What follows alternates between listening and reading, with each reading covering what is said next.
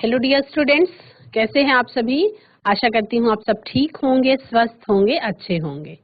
ICT virtual classroom Dehradun में आप सभी का स्वागत करती हूँ। मेरा नाम समता है और बच्चों क्लास 12th में आपका चैप्टर चल रहा है जिससे रिलेटेड हम लोग क्वेश्चन आंसर्स कर रहे हैं। वो है चैप्टर आपका microbes in human welfare.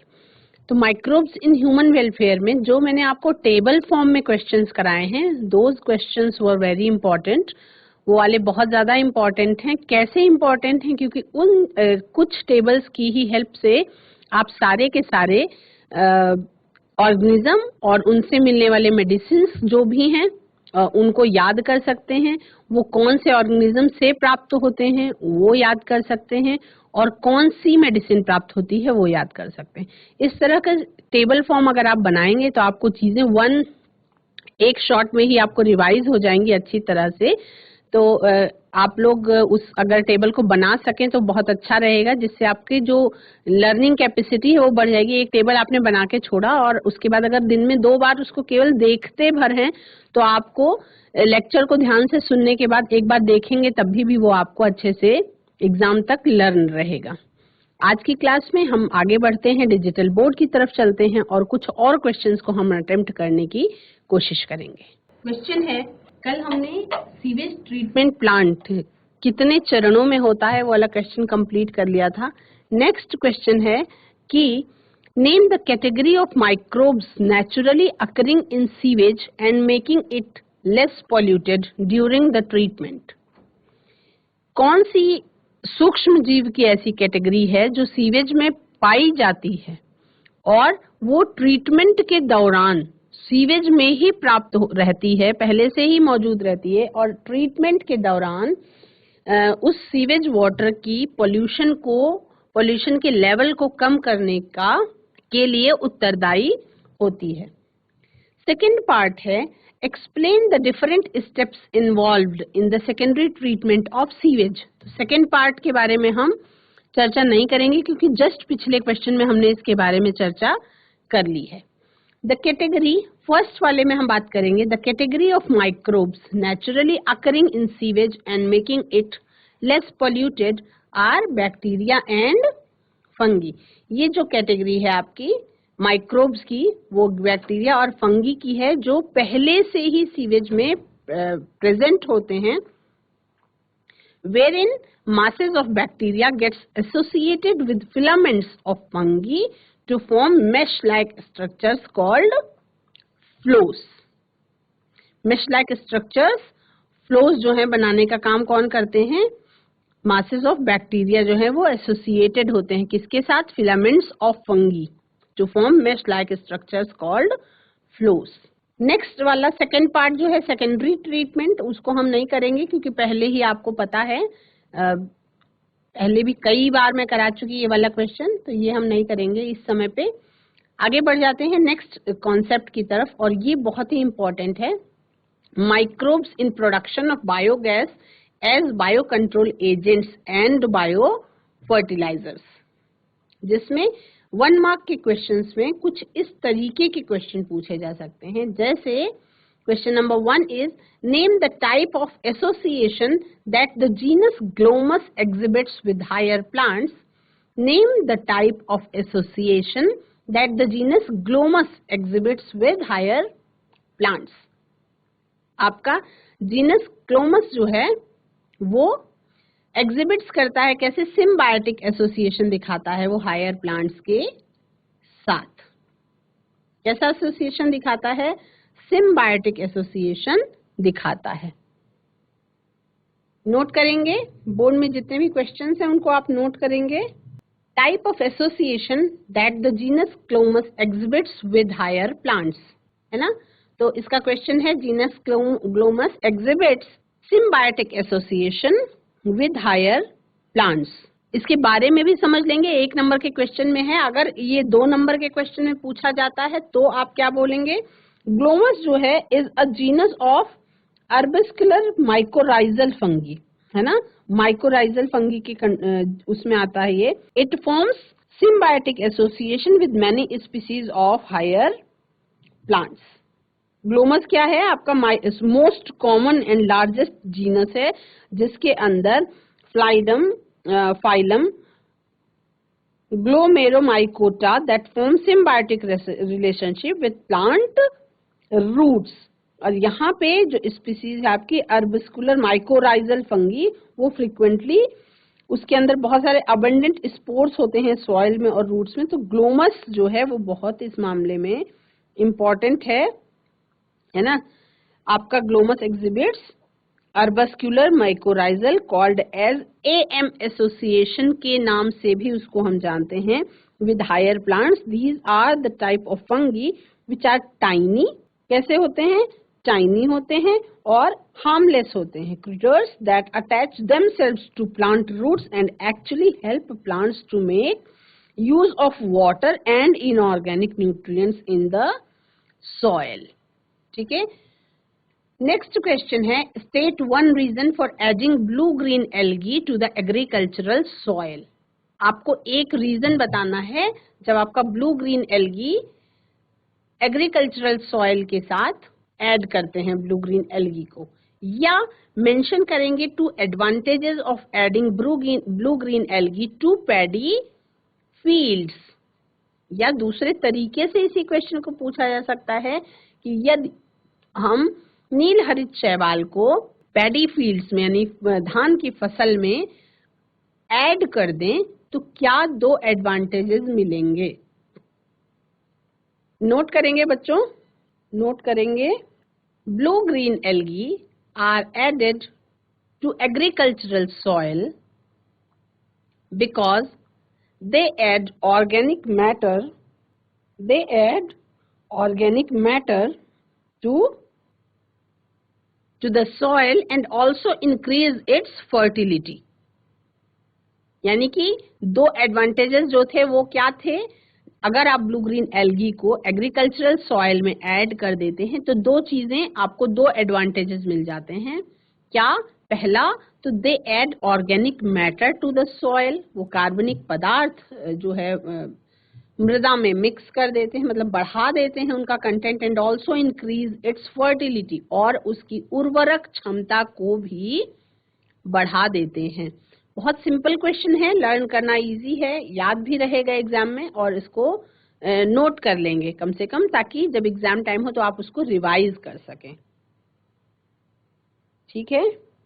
Next देखेंगे बच्चों। नेक्स्ट क्वेश्चन है, mention the role of cyanobacteria as biofertilisers. Next question is mention the role of cyanobacteria as biofertilisers. As biofertilisers note करेंगे फटाफट से, ये वाला क्वेश्चन भी नोट करेंगे।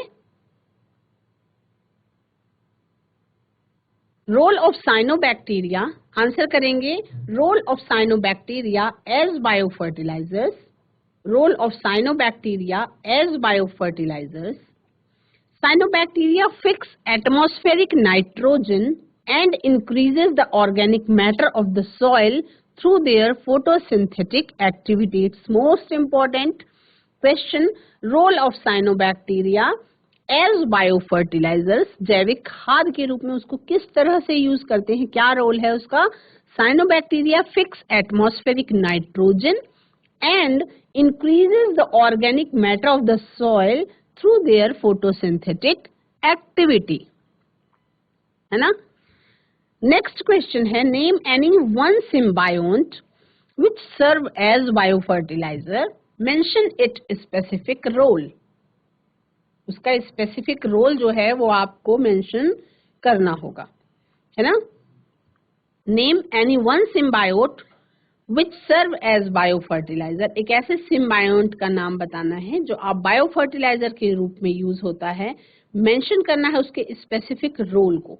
तो वो है आपका, एक ही बताना है, तो आप लिखेंगे सबसे अच्छा उदाहरण, Rhizobium is a symbiont bacteria that serve as bio fertiliser.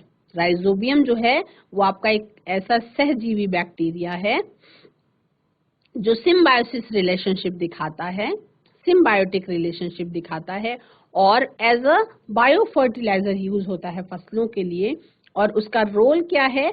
The bacteria fix the atmospheric nitrogen into organic forms which is used by the plants as nutrients. Rhizobium एक ऐसा सहजीवी बैक्टीरिया है जो बायोफर्टिलाइजर की तरह यूज होता है। ये बैक्टीरिया एटमॉस्फेरिक नाइट्रोजन को कार्बनिक पदार्थों के रूप में फिक्स करने का काम करता है, जो पौधे के द्वारा पोषक तत्व के रूप में इस्तेमाल किए जाते हैं। इन दो लाइनों का मैंने आपको हिंदी में भी मतलब और आंसर समझा दिया है, तो you can write in English also and you can write in Hindi also. Hindi के लिए आपको क्लास को ध्यान से सुनना होगा और मेरी आवाज पे ध्यान रखना होगा, क्योंकि मैं कोशिश करती हूँ कि कंटेंट आपको इंग्लिश में दे दूं और हिंदी में बोलते जाऊं, ताकि आप उसको अच्छे से समझ सकें और नोट भी कर सकें। नेक्स्ट क्वेश्चन है आपका 1 नंबर में ही पूछा जा सकता है, which of the following is a free living bacteria that can fix nitrogen in the soil? वो कौन सा फ्री लिविंग बैक्टीरिया है जो सॉइल में नाइट्रोजन को फिक्स कर सकता है? तीनों में से एक ऑप्शन पूछा है, स्पाइरुलिना, एजोस्पाइरिलम और सोनालिका। तो स्पाइरुलिना क्या है? एक प्रकार की एल्गी है। एजोस्पाइरिलम एक प्रकार का फ्री लिविंग बैक्टीरिया है जो नाइट्रोजन को फिक्स कर सकता है सॉइल के अंदर, और सोनालिका एक प्रकार की गेहूं का प्रकार है। तो एजोस्पाइरिलम इज द करेक्ट। आप उसको लिखेंगे कि एजोस्पाइरिलम एक ऐसा फ्री लिविंग बैक्टीरिया है जो नाइट्रोजन को फिक्स कर सकता है मृदा के अंदर। नेक्स्ट क्वेश्चन देखेंगे, Which of the following is a cyanobacterium? In questions को जब आप कर रहे हैं तो इसमें आपके मल्टीपल चॉइस क्वेश्चंस का भी जो है वो क्या हो रहा है, मल्टीपल चॉइस क्वेश्चंस का भी रिवीजन साथ साथ हो रहा है ना। तो जैसे आपका क्वेश्चन नंबर 5 जो मैंने कराया, वो आपका क्वेश्चन नंबर 6 भी जो करा रही हूँ, ये भी आपका मल्टीपल चॉइस क्वेश्चन जैसा ही है।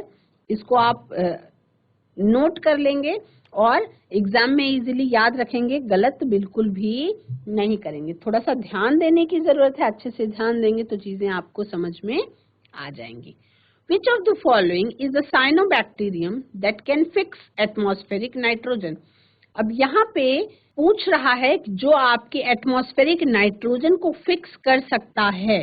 तो जस्ट पिछले क्वेश्चन में आपने आंसर में लिखा एजोस्पाइरिलम, लेकिन वो पूछ रहा है जो आपके एटमॉस्फेरिक नाइट्रोजन को फिक्स कर सकता है, लेकिन वो एक प्रकार का साइनोबैक्टीरिया है। वो कौन सा है?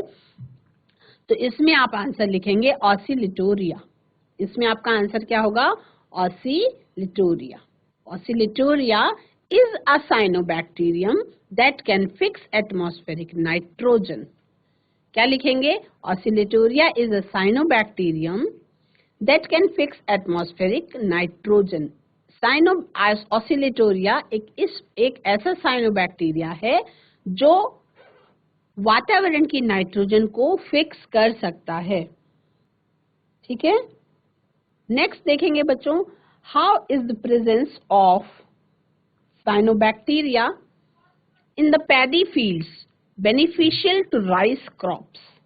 पैडी फील्ड्स मतलब धान की फसल के अंदर यदि साइनोबैक्टीरिया प्रेजेंट हो उन फील्ड्स में, तो जो राइस क्रॉप होती है, जो चावल की फसल होती है, उस पे किस तरह से ये प्रभाव डालेगा या कैसे बेनिफिशियल होगा? इन द पैडी फील्ड्स के अंदर cyanobacteria such as blue green algae, ये क्या करते हैं? फिक्स कर देते हैं एटमॉस्फेरिक नाइट्रोजन को। किसमें? एनरिच कर देते हैं सॉइल में, जिसमें नाइट्रोजन का कंटेंट वो बढ़ा देते हैं। Therefore the entire need of nitrogen to rice crop can be supplied by blue green algae leading to increase in yield.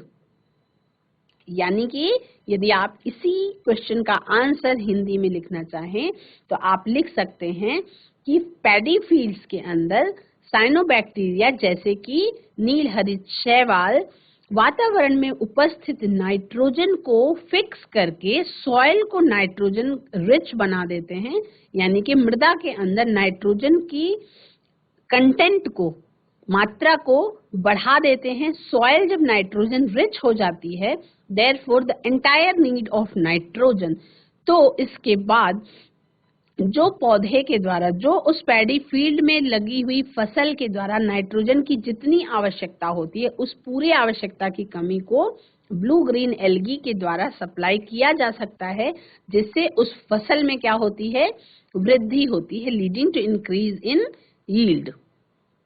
Next question देखेंगे, name the group of organisms and the substrate that act on the produce biogas. उस group of organism का नाम लिखेंगे जो आपका biogas produce करने के लिए सबस्ट्रेट पर एक्ट करती है। वो है आपकी methanogens are the group of organisms that act on cellulosic material cow dung to produce biogas. आप सबको पता है कि जो भी ग्रास ईटिंग एनिमल्स होते हैं, उनका जो डाइजेस्टिव सिस्टम होता है वो हम मनुष्यों की तुलना में डिफरेंट होता है, क्योंकि हम सेलुलोज को नहीं पचा सकते हैं और ग्रास ईटिंग एनिमल्स जो है वो सेलुलोज को पचा सकते हैं, क्योंकि जो वो चारा खाते हैं उसमें सेलुलोज काफी मात्रा में पाया जाता है। तो ये नेचुरली उनका डाइजेस्टिव सिस्टम हमारे डाइजेस्टिव सिस्टम से डिफरेंट होता है। उनके पेट में रूमेन नाम का एक पार्ट पाया जाता है और उस रूमेन में मिथेनोजेंस बैक्टीरियाज ऑलरेडी प्रेजेंट होते हैं। वो मिथेनोजेंस बैक्टीरियाज उनके अंदर जो सेलुलोज के पाचन में हेल्पफुल होते हैं, वो मिथेनोजेंस बैक्टीरिया जो गाय का गोबर है या मवेशियों का जो गोबर है, काउ डंग है, उसके अंदर पहले से प्रेजेंट होते हैं और वो सेलुलोजिक मटेरियल पे एक्ट करते हैं, जिसके कारण बायोगैस का प्रोडक्शन होता है। तो आप इसको लिख सकते हैं कि किस तरह से मिथेनोजेंस बैक्टीरिया जो हैं वो बायोगैस प्रोडक्शन में हेल्पफुल होते हैं। नेक्स्ट 2 नंबर के क्वेश्चंस में आप देख रहे हैं, how do mycorrhizae act as biofertilizers. How do mycorrhizae act as biofertilizer, किस तरह से जैविक खाद के रूप में माइकोराइजी का यूज किया जाता है। Explain, name a genus of fungi that forms a mycorrhizal association with plants। आपसे उस स्पेसिफिक फंगी के जीनस का नाम भी पूछा गया है जो माइकोराइजल एसोसिएशन दिखाता है पौधों के साथ, है ना। तो fungi form symbiotic association with plants. आप सभी को पता है कि जो एक फंगी एक प्रकार का कवक होता है जो पौधों के साथ सहजीवी प्रकार का रिलेशनशिप दिखाता है, उसको हम कहते हैं mycorrhiza. The fungal symbiote in these associations absorbs phosphorus from soil and passes into the plant, thus acts as a biofertilizer। Mycorrhiza क्या करता है, माइकोराइजा सिम्बायोटिक रिलेशनशिप में रहते हुए जो फॉस्फोरस है, जिसकी नीड है पौधे को, फॉस्फोरस को एब्जॉर्ब करके सॉइल से और पौधे तक पहुंचा देता है और इस तरह से वो बायो फर्टिलाइजर की तरह यानी कि जैविक खाद की तरह यूज होता है। The fungi belonging to the genus Glomus. अब आप सबको याद रहेगा माइकोराइजा जो है वो ग्लोमस जीनस से रिलेटेड है, तो fungi belonging to the genus Glomus form mycorrhizal associations with plants. इसको नोट करेंगे आप सभी बच्चों, इसको नोट कर लेंगे। जब भी कोई फंगी है ना, जब भी कोई फंगी यानी जब भी कोई कवक पौधों के साथ सिम्बायोटिक एसोसिएशन बनाता है तो इस एसोसिएशन को माइकोराइजा कहा जाता है ना। जब भी कोई कवक किसी प्लांट के साथ सहजीवी प्रकार का उदाहरण प्रस्तुत करता है तो उसको हम माइकोराइजा नाम से जानते हैं। जैसे कोई शैवाल जब किसी पौधे के साथ सहजीवी रिश्ता दिखाता है तब हम उसको क्या कहते हैं, लाइकेन कहते हैं। ग्लोमस जीनस के बहुत कई मेंबर्स जो है वो माइकोराइजा बनाते हैं। ग्लोमस जीनस, ग्लोमस जो है वो सबसे ज्यादा बड़ा जीनस है जो आपका माइकोराइजल एसोसिएशन बनाने के लिए जाना जाता है।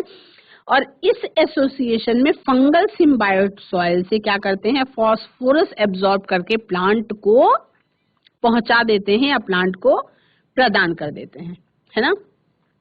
किस तरह से ये हेल्प करते हैं, कुछ क्वेश्चंस आगे देखते हैं। How do methanogens help in producing biogas. Mycorrhiza कैसे आपका जैविक खाद की तरह यूज होता है, ये आपने देखा,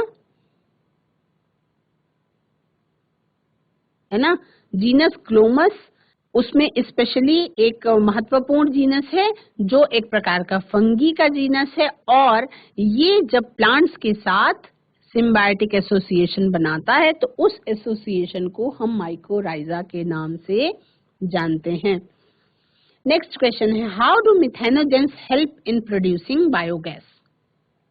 मिथेनोजेंस बैक्टीरिया जो हैं वो बायोगैस को प्रोड्यूस करने में कैसे हेल्प करते हैं। Methanogens grow anaerobically on cellulosic material. Methanogens जो हैं वो अवायवीय रूप से सेलुलोजिक मटेरियल पे ग्रो करते हैं and produce large amount of methane along with CO2 and H2। In bacterias का नाम ही मिथेनोजेंस है। क्यों? क्योंकि इनके अंदर से मीथेन गैस का प्रोडक्शन होता है। मिथेनोजेंस जैसा कि नाम से ही पता लग रहा है, methanogens grow anaerobically on cellulosic material and produce large amount of methane along with carbon dioxide and H2। इसीलिए since biogas is a mixture of, biogas जो है वो कौन कौन सी गैसेस का मिक्सचर है, मीथेन और कार्बन डाइऑक्साइड गैसेस का मिक्सचर है। Methanogens helps in its production. Clear है, आप सबको समझ में आ गया। बहुत इजी कॉन्सेप्ट, ये वाला बहुत इजी कॉन्सेप्ट है, ये आशा करती हूँ समझ में आ गया होगा आपको। तो बच्चे क्या करेंगे, साथ साथ इसको नोट करते चलेंगे, साथ साथ इसको बच्चे नोट करते चलेंगे।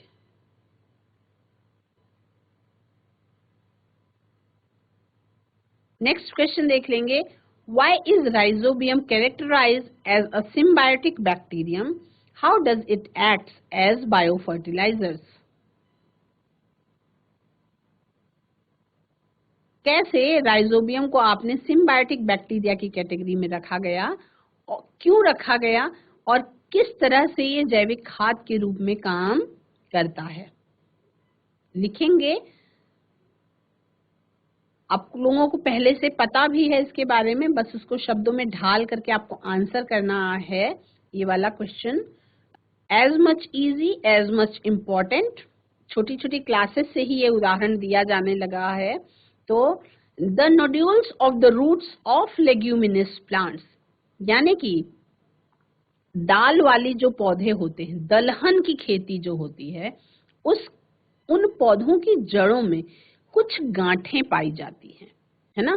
The nodules of on the roots of leguminous plants, यानी लेग्यूमिनस प्लांट्स की रूट्स में जो नोड्यूल्स प्रेजेंट होते हैं are formed by rhizobium bacteria. वो जो गांठें होती हैं वो क्या होती हैं, वो राइजोबम बैक्टीरिया के द्वारा बनाई जाती हैं फॉर देयर सर्वाइवल। उन गांठों के अंदर राइजोबियम बैक्टीरिया प्रेजेंट होते हैं अपने जीवन यापन के लिए, अपने सर्वाइवल के लिए। दीज बैक्टीरिया, पर उन बैक्टीरिया में क्या खासियत है, these bacteria fix atmospheric nitrogen into organic form. ये जो बैक्टीरिया हैं ये एटमॉस्फेरिक नाइट्रोजन को ऑर्गेनिक फॉर्म में क्या कर देते हैं, फिक्स कर देते हैं, which is used by the plant as nutrients. और वही ऑर्गेनिक फॉर्म जो नाइट्रोजन को फिक्स कर दिया गया है राइजोबियम के द्वारा, वो पौधे के द्वारा पोषक तत्व के रूप में इस्तेमाल किया जाता है। Rhizobium forms symbiotic association with leguminous plants. These are considered as symbiotic bacteria. Rhizobium जो है वो लेग्यूमिनस प्लांट्स के साथ एक सहजीवी संबंध बनाता है और जिसमें क्या होता है, वो आपका सिम्बायोटिक बैक्टीरिया की तरह कंसीडर किया गया है। उसके दो तरीके से वो कैसे जैविक खाद के रूप में यूज होता है वो आप लिखेंगे। Rhizobium fixes the atmospheric nitrogen into organic form. Point number 1, rhizobium जो है वो वातावरण में मौजूद नाइट्रोजन को कार्बनिक फॉर्म में फिक्स कर देता है। Nitrates which can be utilized by the plant as nutrient, यानी कि वातावरण में उपस्थित नाइट्रोजन को नाइट्रेट्स के रूप में फिक्स कर देता है, जो पौधे के द्वारा पोषक तत्व के रूप में यूज किया जा सकता है। So it is used as biofertilizers. इसीलिए ये बायोफर्टिलाइजर्स यानी जैविक खाद के रूप में इस्तेमाल किया जाता है। ठीक है, आपका ये हो गया सिम्बायोटिक बैक्टीरियम के साथ सिम्बायोटिक रिलेशनशिप, जो आपका दलहन वाले पौधों की जड़ों में जो गांठें प्रेजेंट होती हैं, नोड्यूल्स, उसके अंदर जो बैक्टीरिया प्रेजेंट होता है उसके बारे में ये बात हो रही थी। नेक्स्ट क्वेश्चन है, how do plant benefit from having mycorrhizal symbiotic association. दोनों में फर्क है, कंफ्यूज नहीं होंगे। माइकोराइजल एसोसिएशन का मतलब है कि जब किसी पौधे के साथ कोई कवक सहजीवी संबंध दिखा रहा हो, और यदि कोई पौधे के साथ कोई बैक्टीरिया सहजीवी संबंध दिखा रहा हो, तो इन दोनों में फर्क होता है। ठीक है, the plants get benefits from mycorrhizal symbiotic association in the following 2 ways. कौन से 2 तरीकों से यह सहजीवी संबंध दिखाता है जिससे प्लांट को फायदा होता है। The fungal symbiote in mycorrhizal associations. Mycorrhizal association में क्या फायदा होता है, आप सबको पता है कि पौधे को ग्रो करने के लिए नाइट्रेट्स की जरूरत होती है, फॉस्फेट्स की जरूरत होती है, और कुछ ये जो मिनरल्स, इनको आप मिनरल्स मानते हैं, वो मृदा में पहले से मौजूद होते हैं। आजकल आप सभी को पता है कि खेती के तरीके जो हैं वो बहुत ज्यादा बदल रहे हैं। अगर आप अवेयर हैं तो आपको ये भी पता होगा कि आजकल इंडिया में तो नहीं पर विदेशों में एक ऐसा कल्चर स्टार्ट हुआ है जहां पे बिना मिट्टी की खेती को भी लोग प्रमोट कर रहे हैं, यानी कि खेती के लिए जमीन की जरूरत नहीं हुआ करेगी फ्यूचर में।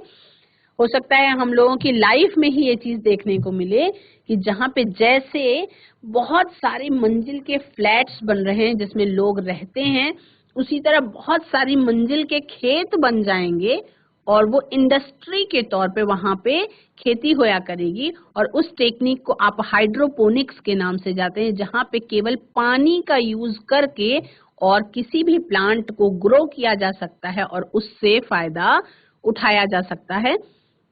उसमें सेलेक्टेड केवल वही चीजें डाली जाएंगी जिसकी प्लांट को जरूरत है।